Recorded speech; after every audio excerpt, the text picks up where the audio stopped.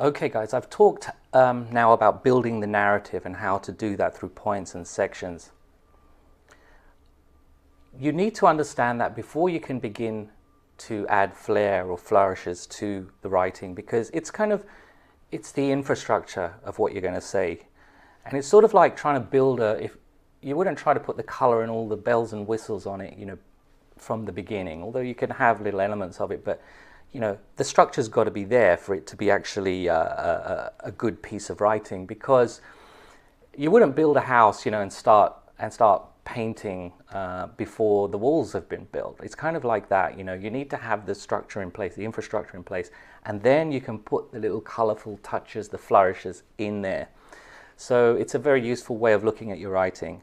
Many people try and do it the other way around, and they've got all this kind of flashy language and colorful words, and you think, but the structure doesn't hold up. So there's no beauty in the structure. And if you do that, it's like putting lipstick on a pig. It's just not gonna look good. Okay. Now,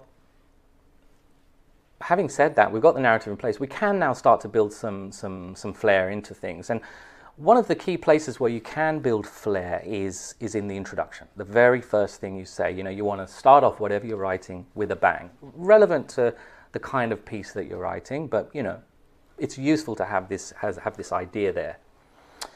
I advise with, say, essays and things like that, getting to the point very quickly. People are often when people read something, they're wondering, what's your point? Right from the beginning, what's this guy's point, or this woman's point? And you're thinking, why don't they get to it? And if it takes too long for them to get to it, then you're you're going to lose them. So start with a bang, get to the point if you can. Now there are some variations to this. You can get to the point in different ways, in various colorful ways, but at least have the idea of getting to the point there. When I was studying philosophy, we studied a philosopher called A.J. Ayer, who basically had this principle called the verification principle. His idea was, that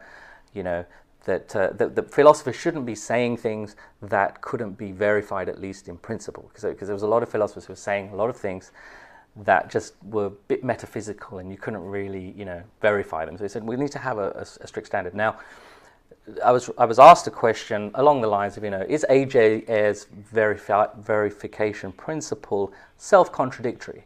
It's a bit heavy, but basically the idea is, he's saying, well, this is the verification principle.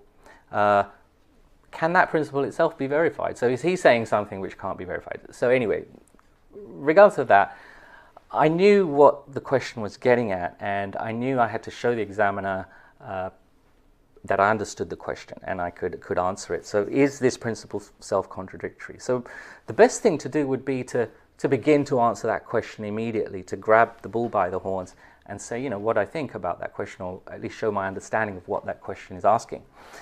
Now, when I was less experienced, I might have answered it in a different way and said, well, A.J. Ayer was born in this year and went to this university, and it's kind of like a setup of that kind. And I realized that's really not the effective way to begin writing. You want to just quickly grab the bull by the horns, as I say, and begin to address what it is that you're trying. So that's if you're responding to a question. If you're trying to just say something in a blog, again, get to the point. You might ease yourself into the point, but you're moving into the point. So aim to start with a bang. That would be my general advice.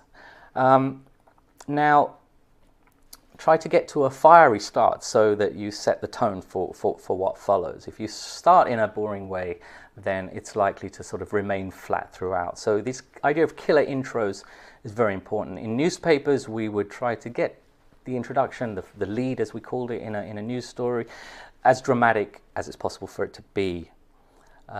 And even in the Star Wars review, let's say that your intention is to, persuade non-Star Wars fans to go watch this movie, okay?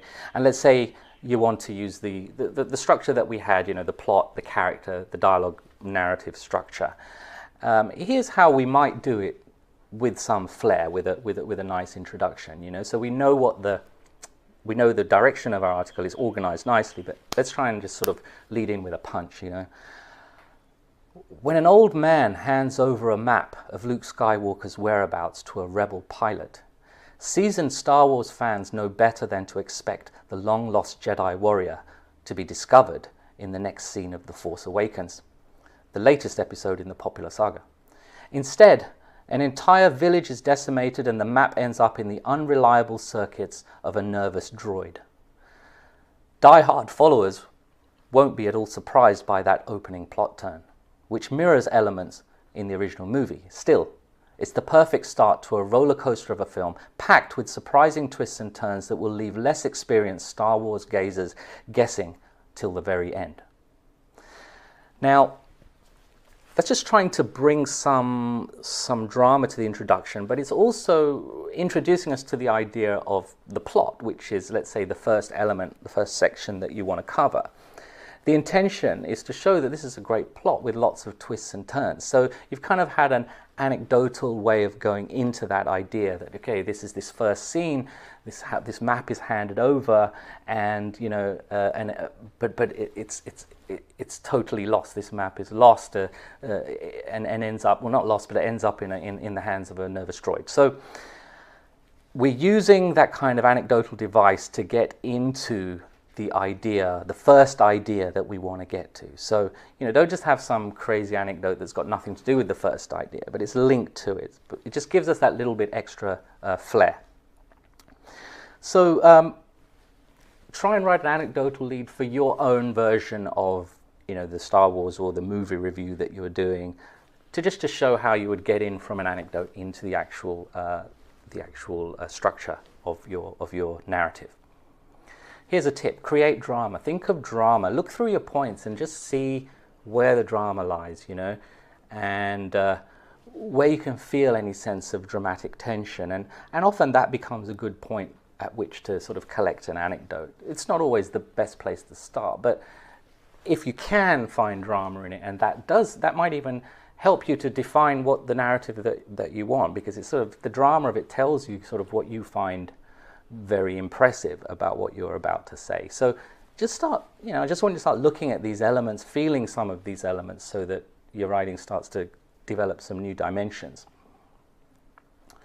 You can see drama being worked in. I mean, on a very simple level, you could take a very mundane thing like a work memo, for example, and see how a little tweak of that could bring a little bit of drama into it. So let's just explore that for a second.